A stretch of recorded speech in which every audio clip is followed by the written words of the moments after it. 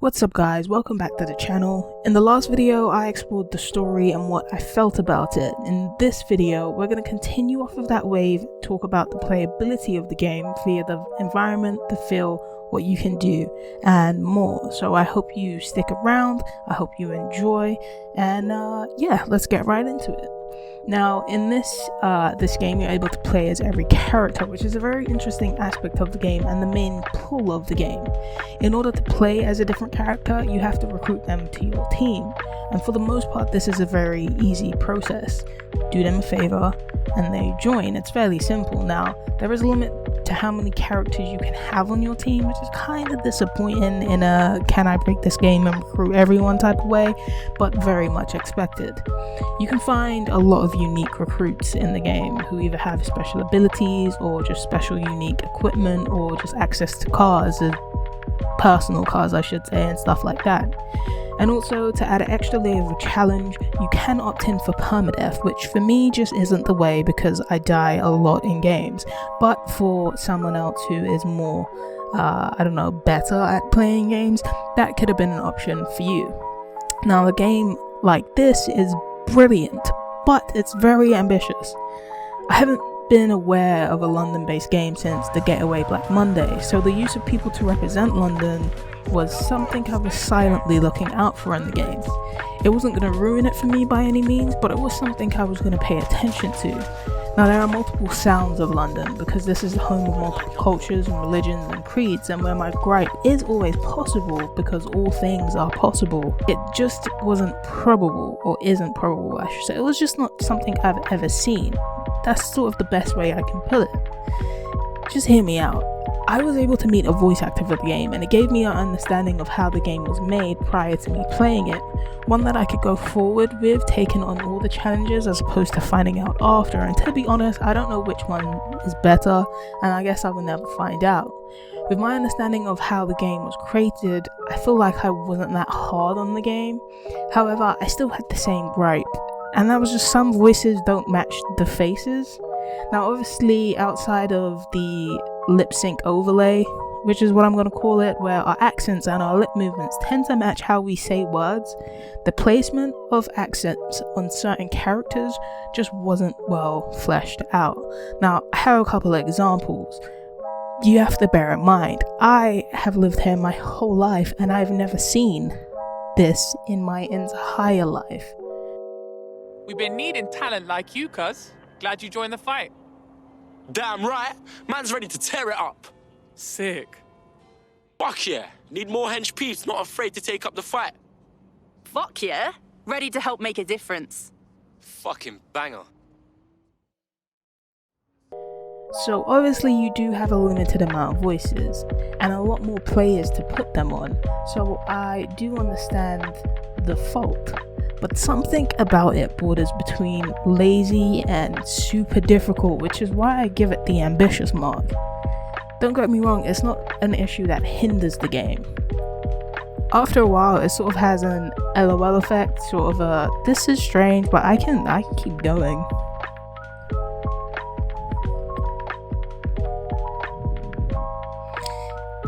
In where this sort of failed for me, one thing I did notice was, or I'm not going to say I noticed it, was brought to my attention when I was watching another video, was the uniqueness of the fighting sequences. I don't know how many there are in the game overall. With various operatives, you can find a uniqueness in the way they fight, the stance they have, the combo momentum, whether they fly kick or just punch you. It's a very small aspect that completely went over my head, but once I found out, I genuinely appreciate it. It's actually a really cool part of the game. It does show that in some levels, their ambitiousness really did pan out. As we move on, the game did start to fall off of me towards the middle, primarily the story, and had I not been recording it, it may have been a game that I never finished, one that was just lost in the backlogs of games I played. The extras of the games did help me come back. You have a lot to do. There are tech points and notes that you can collect. There are masks littered around the city that you can add to your collection of clothing. If you want to max out the character's tech, you could do that. If you want to get all the masks and just 100% this game, you could do that.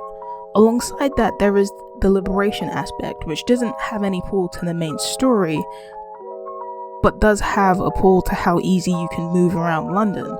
Now, it's not something I filmed, but I do remember it being a different mission each time and a very enjoyable gaming experience. I remember doing all of them in one sitting because they were so interested, and I wanted the beekeeper. She's really cool and she became my favorite character, even though I accidentally killed her a lot. Anyway, they also added mini games. They added darts and kick-ups, the latter of which I definitely lost track of time playing. To make an open world game, I imagine one of the goals is to keep people playing it, and with the addition of kick-ups, for me, it worked. I could get lost playing kick-ups for minimum 30 minutes, maybe an hour, but I don't want to admit to that. So let's move on. I've mentioned a couple times that the game did start to fall off for me. That's because I started to find a repetitiveness to it. It's very easy to learn the game and what you need to do. It's not a strategic game in any means. You can use stealth, or you can go in loud and proud to clear each building, and sometimes, like I did, you find yourself using drones to complete the game more so than your operative, which I guess falls down to player preference, but also an argument can be made that the game doesn't really encourage you to do more with that operative. If you have a spider bot that takes down the enemy, why not just use the spider bot? It may take longer, it may be quicker depending on your skill level, but I mean, if you have a spider bot, just use the spider bot. Anyway, let's move on. A good thing to note in the game is that progressing is very easy, and for a game like this you want it to be, but also if you're a casual gamer, you want to know that you can play for 2 to 3 hours in a gaming session and complete a significant part of the story or the missions. I would hate to log onto a game and start a mission and to not have ended that gaming session finishing that mission. You don't have to worry about that with this game. This game, all in all, maintains a grand status as enjoyable for what it is and for what it's made to be. Now, looping the story and the gameplay together, you have the suspense, the intrigue. There is shock, sadness, and darknesses that loom London, and you have the key to unlocking, to liberating, to understanding what happened, why, and how it can be fixed. However, none of the thrills of the game was enough to create a longevity standpoint in my mind.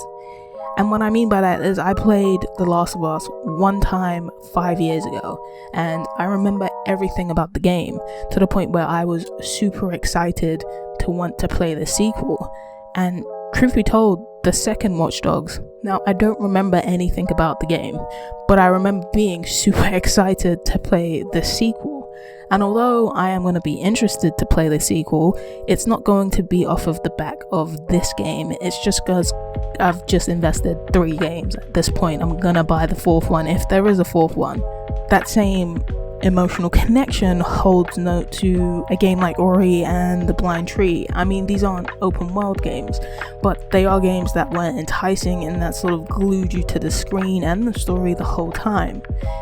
There's just no real takeaway connection via the story or the gameplay. Even with the player's every character ability, there is just something that makes it fall short of memorable to me. And looking back, I found that same thing for the past 2 games. In the moment, they've been exciting enough for you to want to continue following this series, but for me, they haven't been exciting enough for me to remember anything about the actual stories. When I told my friend the other day that I had no idea what happened in the first one, but I definitely played the first one through, the same thing with the second one. Every quiz that was given to remember what happened came up short. I remember essences of it, but not the actual story. This kind of follows that same thing, but with a little less. Now, there is a uniqueness to this game, and how it will play out will be fun to see in its online space and what Ubisoft plan to do with it in the future. It is a journey I am willing to take, but if I forget about this game and I put it on a shelf, it may not necessarily be one I go back to. But that doesn't mean that it failed as a game or it's gonna fail in its ranking. Now, in the story review, I did a 1 to 10 ranking based on my anime list, and I'm gonna do the same in this one. 1 to 10, appalling to masterpiece. So without further ado, I'm gonna give this game a 7. The 7 is labeled as good, and that's what this game is. It's a good game, and maybe with the online aspect it increases to a very good or a great game, or it might even decrease its value to a fine or average game. But for now, I'm gonna give this game a good. With the gripes I had and everything I managed to articulate, I find this game being one, like I said, that I'm excited to see what becomes of it in the near future. But if nothing becomes of it in the near future, it's one I'm gonna shelve and sort of leave behind. I can gladly say I've completed it and I can notch a game off of my backlog, but it's not something I'm gonna say I'm just gonna play it to play it. I will add though, in a monetary value, would I recommend this game at starting price, which was like £60? Probably not. But would I recommend it at its depreciated value of 30? 100%. I feel like I don't regret buying this game at full price, but if I was to recommend it to someone, I'd probably tell them to wait a bit to the price that it is at right now. So upon release, probably wouldn't have been like, yo, everyone buy this game. But at the 30 to £25 marker that it is now, I definitely recommend it. And to me, that's a really good thing. But I don't know. Now, I just want to take time out to say that if you've watched this video in its entirety, thank you so much. I genuinely appreciate it. In the videos to come, I'm going to be playing Spider-Man Miles Morales. Probably going to try and do the same blueprint where I finish the game on the channel and then do a review of the game. So I hope you guys are down for the journey. Either way, don't forget to like and subscribe. Leave a comment in the description letting me know what you thought of Watch Dogs and if you're gonna buy it based off of what I've told you about the game. And yeah, I will see you in the next video.